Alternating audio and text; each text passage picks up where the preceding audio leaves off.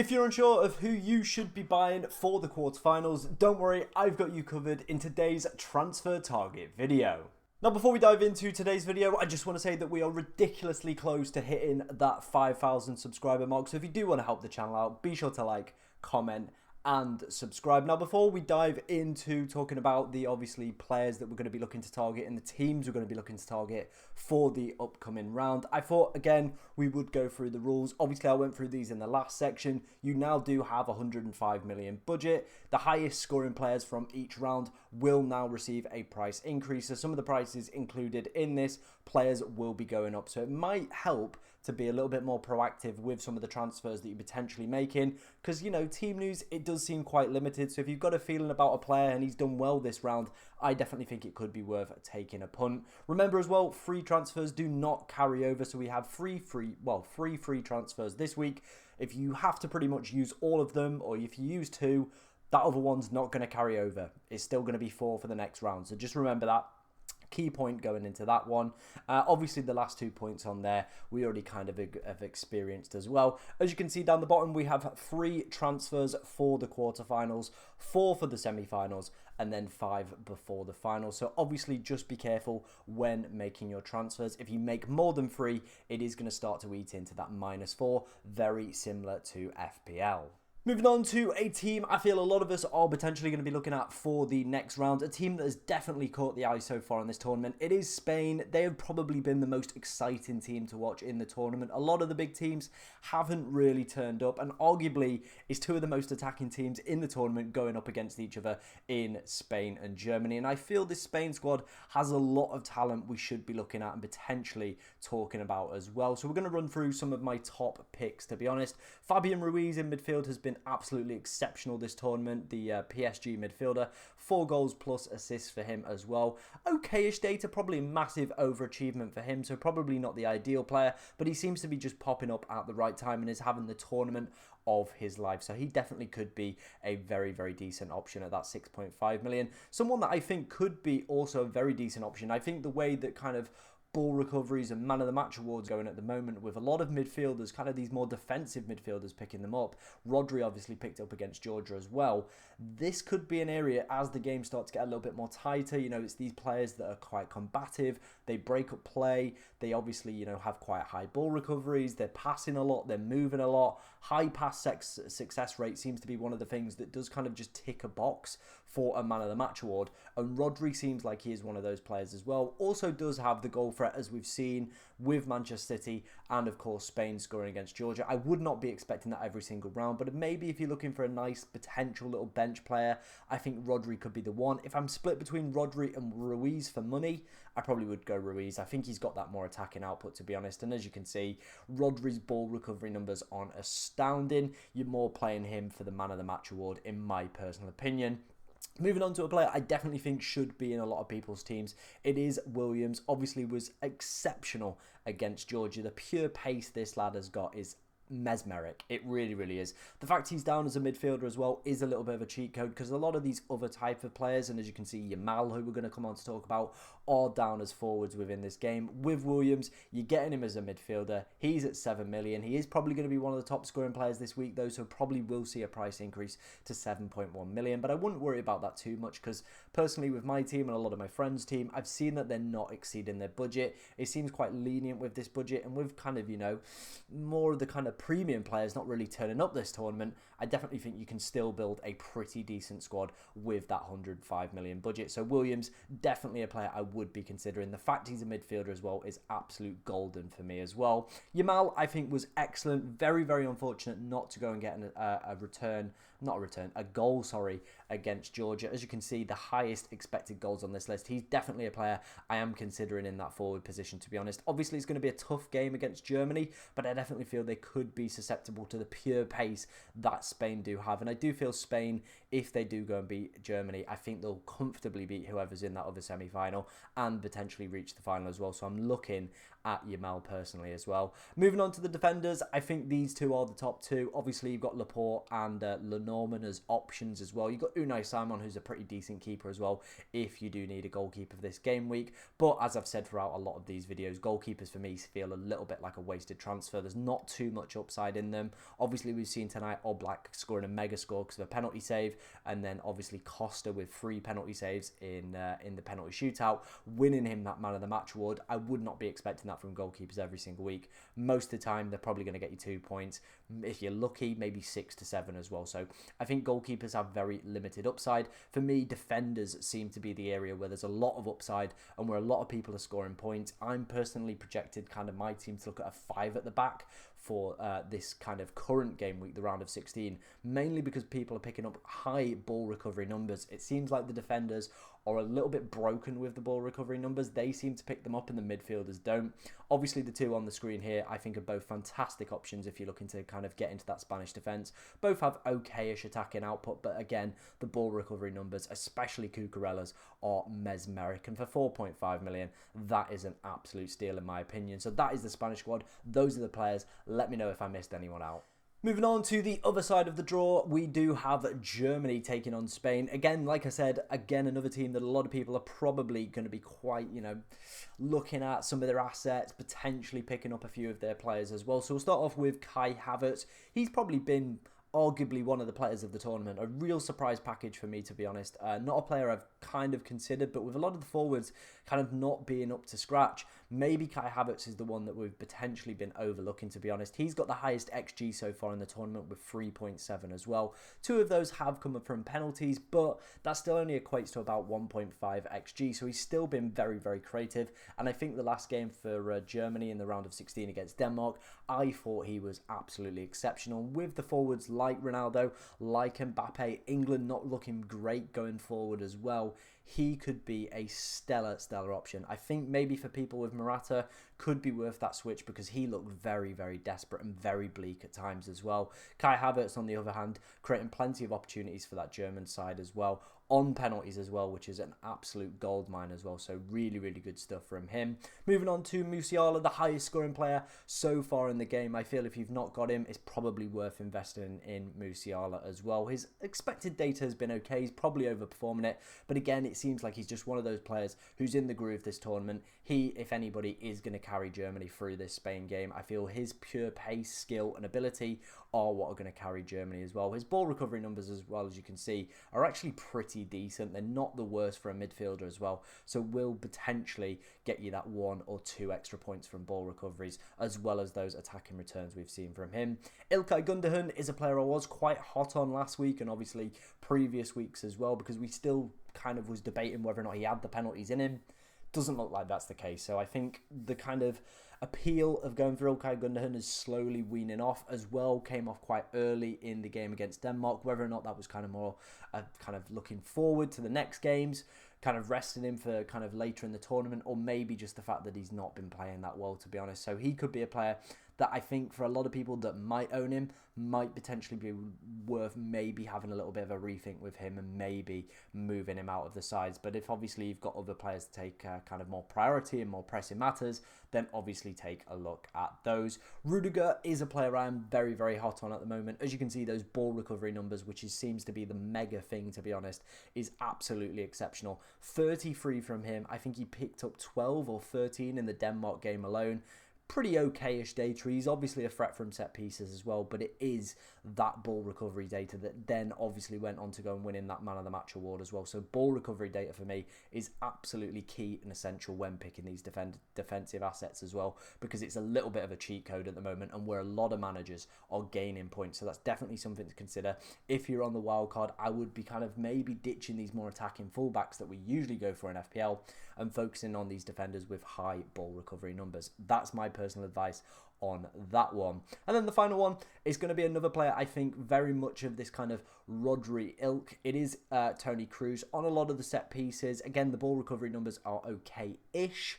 But again, it feels like he could be one of those players that more just kind of picks up the man of the match award. And there's not too many high quality midfielders within the game at the moment. And again, you might want one of these Rodri's, Kroos, or another player we will come on to talk about as well, who I feel has that same ability of just picking up those man of the match awards. So I think those could be, potentially some nice players to take a look at. Moving on to England, obviously they have quite a favourable draw against Switzerland. You would argue that they are the favourites going into that game despite another disappointing performance. That's why we've only got 4 assets on the screen right now, and realistically from an attacking standpoint, it probably is going to be only Kane or Bellingham. Kane's XG has actually been pretty decent so far this tournament, so maybe I've been overlooking him and probably should be giving him a little bit more hype. But from watching from an eye test perspective, it has been very desperate. It's been very, very dull. Same with Jude Bellingham. There's not been too much, unless there's going to be some mass changes predicted for the England lineup at the weekend. I still would probably be a little bit cautious around picking England attackers because we're just not creating. That's the simple be end and end all, to be honest. England just aren't creating opportunities. It is frustrating to watch as a fan. And also, obviously, if you've got some of these assets as well, I know both of them picked up a goal, but at the same time, it's just not free-flowing football. It's very, very cagey, very, very scrappy. But if you're like me and you're looking at teams that could have a high chance of progressing to the final, England are top of that list. So I've definitely got to consider maybe bringing in an England attacker as well. I think if you've not got any England defenders, or maybe one, it's definitely worth looking at that second or maybe even third England defender. Obviously, Mark Gahey is suspended for this game, which is a big blow because he has been one of the standout players for ball recovery. He's been absolutely immense at it. I think Jordan Pickford's a very solid shout in goal as well. But Stones and Walker are the two players I've gone for. I feel they will probably be playing. If maybe we get news about Trent Alexander-Arnold, if there's a switch of system, England at the end of the game switch to a 5 at the back. If Trent is featuring in that 5 at the back, that might make things potentially a little bit more interesting. But for now, I think it's just Stones and Walker. Bellingham and Kane, probably not if you're on a wild card, but if you're looking for kind of the longer term teams, if they are obviously going to progress quite far in the tournament and you don't really want to make any transfers and be a little bit more cautious with your transfers, Kane and Bellingham are probably two players I would be considering. Moving on to France, it was a very disappointing performance for them in the round of 16. Now they play Portugal, a team again who disappointed in the round of 16. I really don't know how to call this one because France, from an XG standpoint, been very good, very creative, but they've yet to score a goal in open play. Well, one of their players has at least. 2 own goals and a penalty. Not great. Not great, especially when, you know, the talent that's kicking around this squad. I think he's making it a little bit harder for people to potentially predict which players to go for. As you can see, the goals and assists column, it is Mbappe. He scored the penalty and picked up an assist as well. His XG has been actually pretty decent so far this tournament. The round of 16 game wasn't amazing, but he was still involved, just not very good, to be honest. Again, though, I would still be considering him for the next stages. France can't keep creating the amount of XG they are without scoring a goal in open play. If they manage to somehow do that, I will be shocked. But it's international tournaments. You never, ever know what could happen. But I definitely think Mbappe is still a player I would be considering just keeping for now, to be honest. I do expect France to at least make the semi-finals and probably beat Portugal as well. They can't keep creating the amount of XG that they have and not get any kind of attacking returns from it. Kante very much fits into that Kroos and Rodri role we've been speaking about, those cheaper midfielders that seem to just be a little bit of magnets for ball recoveries and for just a high pass completion rate, and then obviously leading off the back of that, them picking up the Man of the Match award as well. So he could be another one that does fit into that category. Pretty good expected assists as well. Expected goals not really there, but again, he's more there just for the Man of the Match and ball recovery points. Then moving on to our 2 defenders, 2 that I definitely think you should be considering. Obviously the goalkeeper as well, very solid pick. Jules Koundé, very much of the ball recovery ilk. Obviously, you've got Saliba and Upamecano as well, but I do prefer Jules Koundé. He does get a little bit further forward. We definitely saw that today as well in France's round of 16 game against Belgium. He was bombing quite far forward on that right, also picking up very good ball recovery numbers as well. His expected data, as you can see, is pretty decent, very much matching what Theo Hernandez is, and he's kind of historically been throughout this tournament the more attacking of the fullbacks. So I definitely feel with Jules Koundé you're getting the best of both worlds, that kind of slight chance of an attacking return plus very good ball recovery numbers as well. I've put Hernandez on here. I feel he's been one of the most unfortunate players not to pick up an attacking return from a defender. His ball recovery numbers aren't exceptional, and I definitely think with the way that the game is panning out and a lot of players picking up ball recoveries and Man of the Match off subsequent ball recoveries and kind of defensive actions, I definitely think we are potentially moving away from these attacking players, especially within this game, and looking more at the defensive players, the likes of Koundé and obviously Saliba and Upamecano that have high ball recovery numbers in my personal opinion. So those are probably the defenders I would take a look at. Moving on to Portugal, the final team we're going to kind of cover in full detail. We'll take a look at the best of the rest next. But Portugal, again, Very, very disappointing in their round of 16 game. They take on France, and again, I probably wouldn't be maybe looking at any of the attackers here. I've got Bruno Fernandes and obviously Cristiano Ronaldo in there after his little bit of a stinker with his penalty miss. Again, a lot of people do own him, and as you can see from the expected data, it's still very, very decent, and I think I probably would argue to still keep him in your sides. I know he's not scored, I know he's looked pretty disappointing, but it's the fact that he's taking every free kick. He's still probably going to be on penalties as well and still creating plenty of data. It is probably just a matter of time before an attacking return goes his way, or one of those free kicks or penalties just goes his way, falls into the right place. So I feel if you're an owner of him, probably get him. If you're not, it might be worth considering other options potentially on the other side of the draw rather than looking to invest in Cristiano Ronaldo. Same goes with Bruno Fernandes as well. I feel there's probably better midfielders on that other side of the draw. His data's been okay, but his ball recovery numbers have been pretty disappointing. The areas I probably would be looking to invest in, again, it is those defenders, it is the Pepes, it is the Costa in goal, it is the Cancelo. Cancelo's ball recovery numbers have been okay, but compared to Pepe's, he has been absolutely demolished. Again, like we spoke about, I feel Pepe potentially, if Costa didn't make those free saves, could have had a shout for picking up that man of the match award as well, with his ball recovery numbers, heading defenders, heading balls out as well, you know, tackles, all this stuff. Everything was going in his way, and that seems to be the way that the game kind of just likes. People picking up ball recovery numbers, and those are the players that go and win the man of the match. So for me, Portugal attackers probably not in flavour at the moment, but I would say the defenders are definitely worth considering, especially with the amount of limited chances France are scoring from open play. But just bear in mind that the data is still pretty decent. It probably is just a matter of time before they do wallop someone, so just do bear that in mind going into next week. And finishing up today's video, I thought we would talk about the best of the rest. I haven't really put any stats together for this. Obviously, it's quite late at night, to be honest now. I'm filming this after the Portugal game, so didn't really have enough time to kind of make graphics for these. But I wanted to talk about, obviously, the Netherlands and Austria and how they potentially could progress. Obviously, they're going to play when this video goes out later today. So it's definitely worth considering doing a little bit of scouting. Look at which players obviously pick up really good ball recoveries from the defence. We're looking probably at De Ligt, Van Dijk and Ake as the personal shouts for me. Going forward, we're probably looking more at Gakpo and Depay, seeing how they function.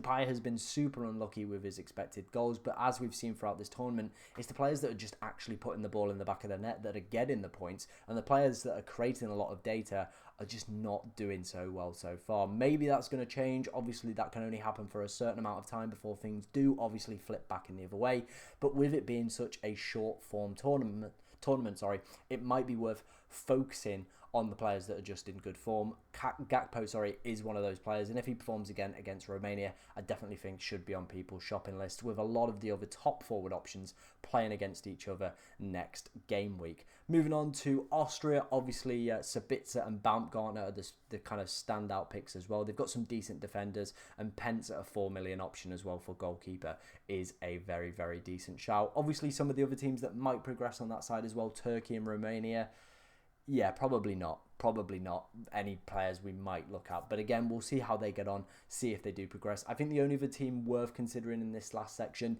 is going to be Switzerland for me. Vargas and Akanji are probably the only two players I would be considering. Akanji again fits into that model of the players with high ball recovery numbers, which leads to them potentially going and getting that man of the match award as well. And you do feel he could be one of those players that has very, very high ball recovery numbers against a sloppy England attack. So those were my transfer targets for this week. Let me know what you think of them down in the comment section below. If you've got any questions as well, get them in the comments, and we'll try to answer as many as we possibly can. But thank you very much for watching today, ladies and gentlemen, and good luck in Matchday 5.